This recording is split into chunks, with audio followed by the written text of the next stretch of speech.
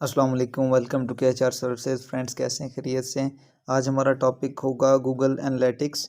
तो सबसे पहले आपको गूगल एनालिटिक्स की तारीफ़ बताना पसंद करूंगा कि गूगल एनालिटिक्स क्या चीज़ है, ये किस लिए यूज़ होता है और इसकी अहमियत क्या है। आपने गूगल सर्च कंसोल के हवाले से भी वीडियो देखी होगी, अगर नहीं देखी तो ऊपर प्लेलिस्ट में पड़ी है, वो भी आप देख सकते हैं।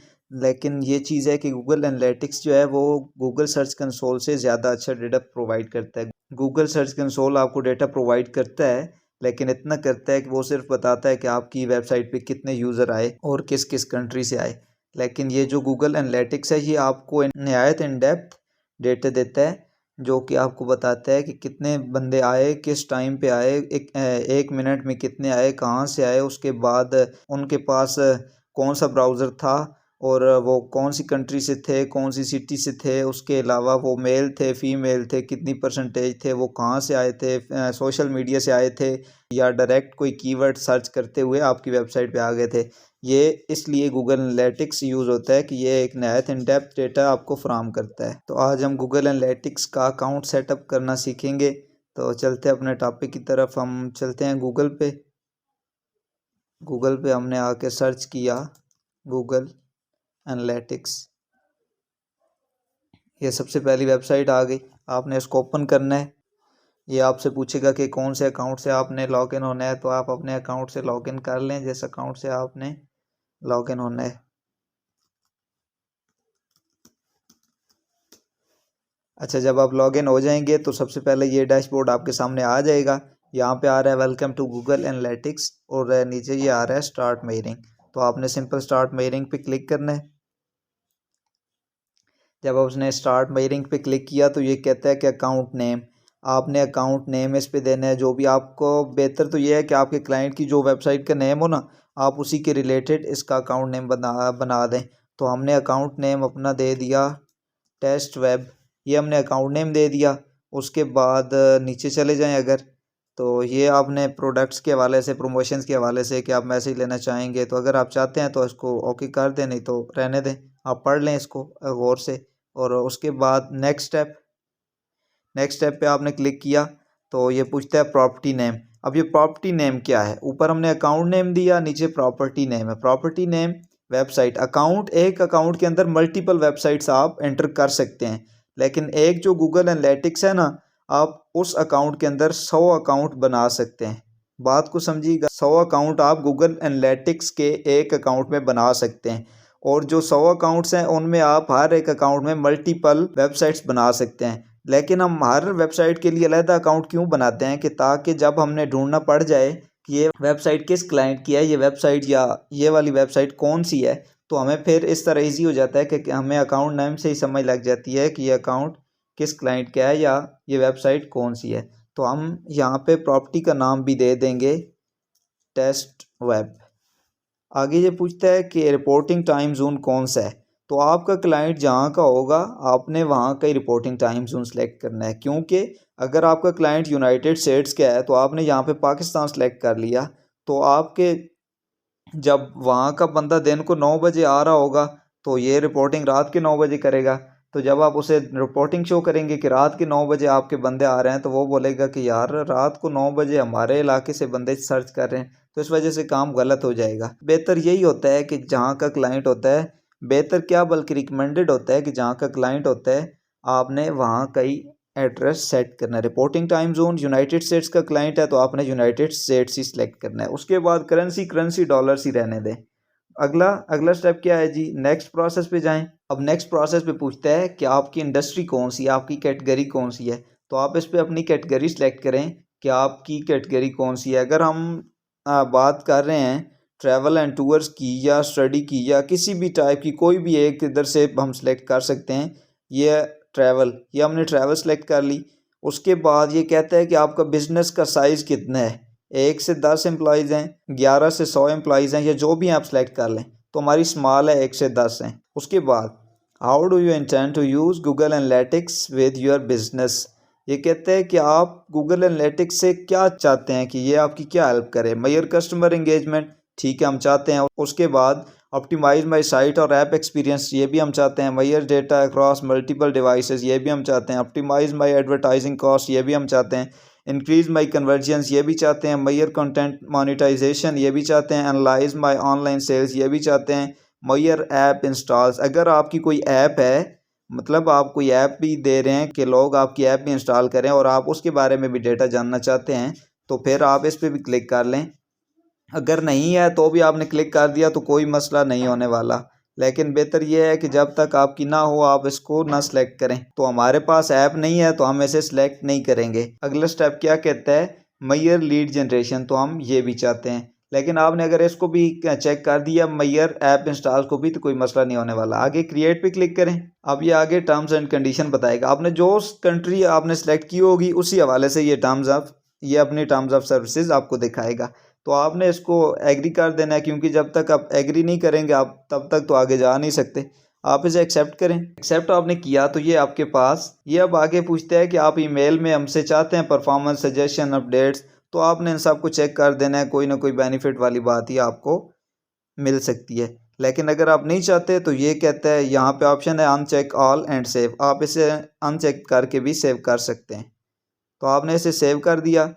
अब आपने सेव कर दिया तो इधर तक तो आपसे इसने कोई प्रूफ नहीं मांगा, लेकिन अभी आपसे प्रूफ मांगेगा कि वाकई यार आप वेबसाइट अपनी एक लेके आए हो, गूगल एनालिटिक्स से आप कुछ हेल्प चाहते हो, तो बताओ आप क्या चाहते हो। आपकी वेबसाइट है, एंड्रॉयड ऐप है, iOS ऐप है, तो अब बताएं क्या है आपकी। तो हमारी वेबसाइट है, हमने वेब पे क्लिक कर दिया। तो हमने वेब पे क्लिक कर दिया तो ये कहता है कि URL यहाँ पे पेस्ट करें। हमने इधर ये जो .com तक का पार्ट है इसको उठाया, कॉपी किया और यहाँ पे आके पेस्ट कर दिया। अब ये क्या कहता है, ये कहता है valid website URL is required. आपको पता चल रहा है ये बात क्यों कर रहा है, ये बात इस वजह से कर रहा है, ये आपको नज़र आ रहा है https:// ये कह रहा है कि ये इसको हटाएं क्योंकि ये हमने पहले लगाया हुआ है। इसके साथ ये दूसरा सिंपल भी है, HTTP भी सिर्फ है। तो इसका मतलब ये होता है कि एक होता है HTTP और एक होता है HTTPS। HTTPS वो होता है जिस वेबसाइट पे आपका SSL सर्टिफिकेट इंस्टॉल्ड हो। SSL सर्टिफिकेट एक सिक्योरिटी सर्टिफिकेट होता है जो वेबसाइट को सिक्योर रखता है या जो पर्सन उसमें आते हैं उनको सिक्योर रखता है।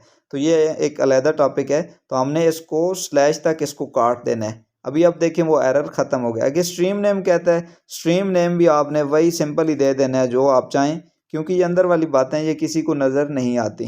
उसके बाद क्रिएट स्ट्रीम पे आप क्लिक करें। क्रिएट स्ट्रीम पे आपने क्लिक किया तो आगे आपके पास ये वेरिफिकेशन मेथड आ गया। ये मेजरमेंट आईडी है, ये भी आप लगा सकते हैं। उसके बाद जैसा मेथड आप कर रहे हैं उस तरह के मेथड भी आपको मिलेंगे। आगे अगर आप देखें तो ये आपको दो मेथड ये बता रहा है, add new on page tag. On page tag आपने जिस तरह के टैग पहले किए हैं उस तरह का ये भी टैग है। ये कहता है कि हेडर सेक्शन में जाके HTML के हेडर सेक्शन में जाकर इसको पेस्ट कर दें। ठीक है, तो आपने क्या करना है, आप इसको इधर से सिलेक्ट करके भी कॉपी कर सकते हैं। उसके बाद यहाँ से भी आपने कॉपी पे क्लिक किया तो ये आपका कॉपी हो गया। आप आए अपनी वेबसाइट पे, आपने अपनी वेबसाइट को लॉगिन कर लेना है। तो ये आपका डैशबोर्ड आ गया। अब मैं आपको एक और प्लगइन इंस्टॉल करना बताऊंगा, क्योंकि वो एक प्लगइन यहाँ पे मैं प्लगइन की ज़रूरत पड़ेगी, क्योंकि मैं आपको कोडिंग की तरफ लेके नहीं जाना चाहता। वैसे इंशाल्लाह एंड वाला जो लेक्चर होगा उसमें मैं आपको बताऊँगा कि कोडिंग के ज़रिए हम कैसे हेडर में कोड पेस्ट कर सकते हैं या कहीं भी कोड पेस्ट कर सकते हैं।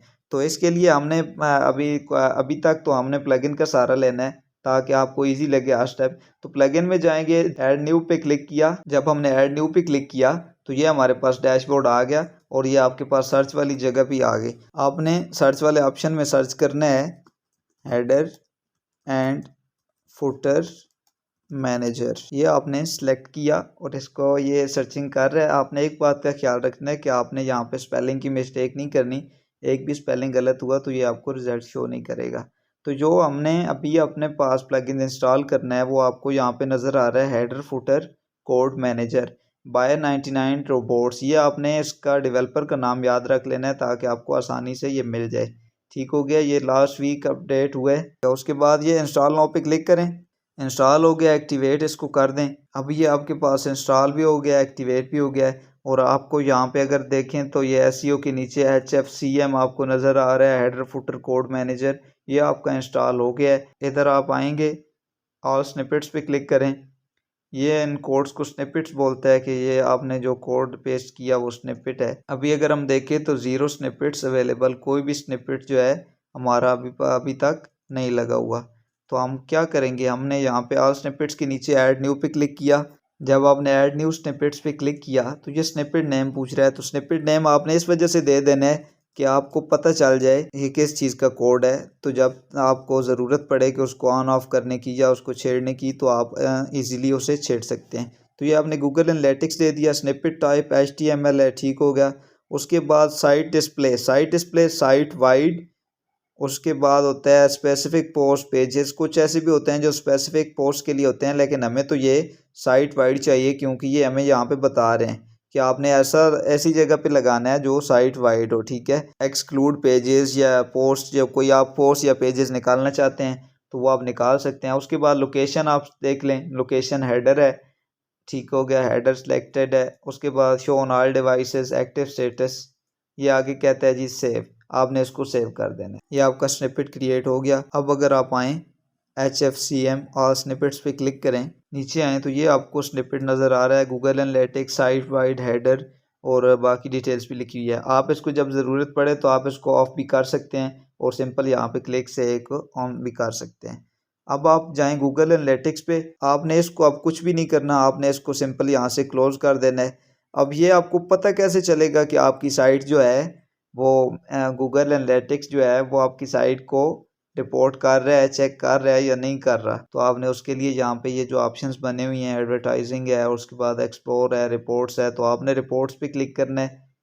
रिपोर्ट्स पे आप क्लिक करेंगे तो ये आपको जल्दी से जल्दी डेटा प्रोवाइड करता है, मतलब ये 30 मिनट्स का भी डेटा प्रोवाइड करता है। तो ये जो आपकी वेबसाइट है आपने इसको खोल के रखा है, एक दफ़ा आप क्लोज़ करें उसके बाद अपनी वेबसाइट को खोलें और आपको पता चल जाएगा कि यूज़र आया है और ये आपको बताएगा न्यू यूज़र है। उसके बाद एवरेज इंगेजमेंट टाइम कि कितनी देर वहाँ पे रुका है, रियल टाइम है ये, यहाँ पे भी आपको डेटा मिलेगा लास्ट 30 मिनट्स पे, device category in last 30 minute, ये भी आपको साइट वाइड सारा डेटा प्रोवाइड करेगा।